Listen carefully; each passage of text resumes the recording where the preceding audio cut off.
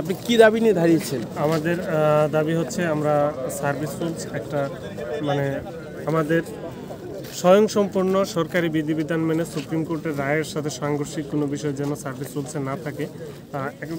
বিশেষ বিধান নামে একটা বিধান অ্যাড করা হয়েছে যেটা সুপ্রিম কোর্টের রায়ের সাথে সাংঘর্ষিক। ওই বিশেষ বিধান বাদে আমরা সার্ভিস রুলস চাচ্ছি এবং এটা আমাদের দীর্ঘদিনের দাবি। 2019 সাল থেকে আমরা এই দাবি জানিয়ে আসছি। এটা আসলে সার্ভিস রুলস কোনো দাবি না, এটা হচ্ছে অধিকার।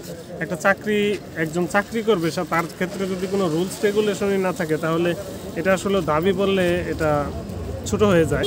এটা হচ্ছে আমাদের একটা অধিকার। আমরা 2019 সাল থেকেই বলে আসতেছি বারবার চিঠি দিয়ে এবং হচ্ছে বিভিন্নভাবে সার্ভিস রুলস আমাদেরকে দেওয়ার জন্য, কিন্তু ম্যানেজমেন্ট দিচ্ছে না। এখানে প্রকল্প সংশ্লিষ্ট একটা সুপ্রিম কোর্টের রায়ের বিরুদ্ধে একটা বিধি অ্যাড করা হয়েছে, যে জন্য এই দায়িত্ব কেউ নিতে চাচ্ছে না। এটা আমাদের ম্যানেজমেন্ট থেকে অ্যাড করা হয়েছে। এটা নিয়ে কেউ সার্ভিস রুলস করতে চাচ্ছে না। এই জন্যই এখন আমাদের দাবি হচ্ছে যেন এই বিশেষ বিধান বাদ দিয়ে সার্ভিস রুলস আজকে বোর্ড মিটিংয়ে পাশ করানো হয়। কর্তৃপক্ষ আপনাদের যে কিছু জানিয়েছে? কর্তৃপক্ষ আমাদেরকে আশ্বাস দিয়েছে আজকে সার্ভিস রুলস পাশ হবে, এরকম একটা আশ্বাস দিয়েছে আর কি।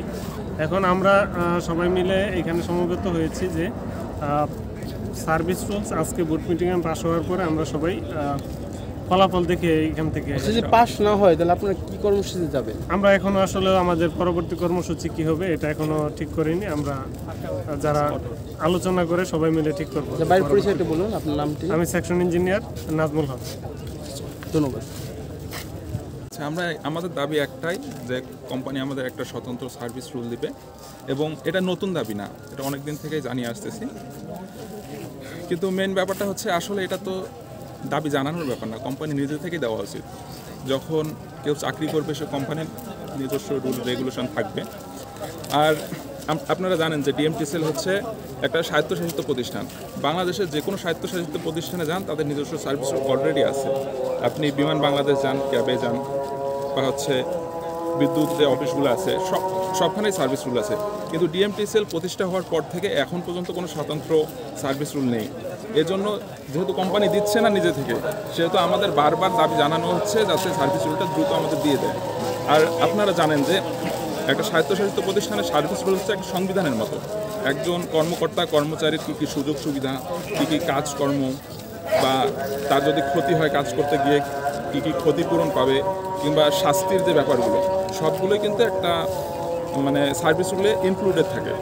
কিন্তু যেহেতু কিছুই নাই, তার মানে হচ্ছে এই স্বায়ত্তশাসিত প্রতিষ্ঠানের মা বাবাই নাই বলতে গেলে, যেহেতু সংবিধান নাই, এটা কী দিয়ে চলবে? এজন্য আমরা চাচ্ছি যে দ্রুত সার্ভিস রুলটা যেন হয় আমাদের।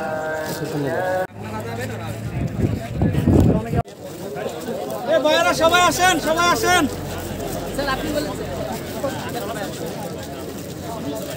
স্যার হবে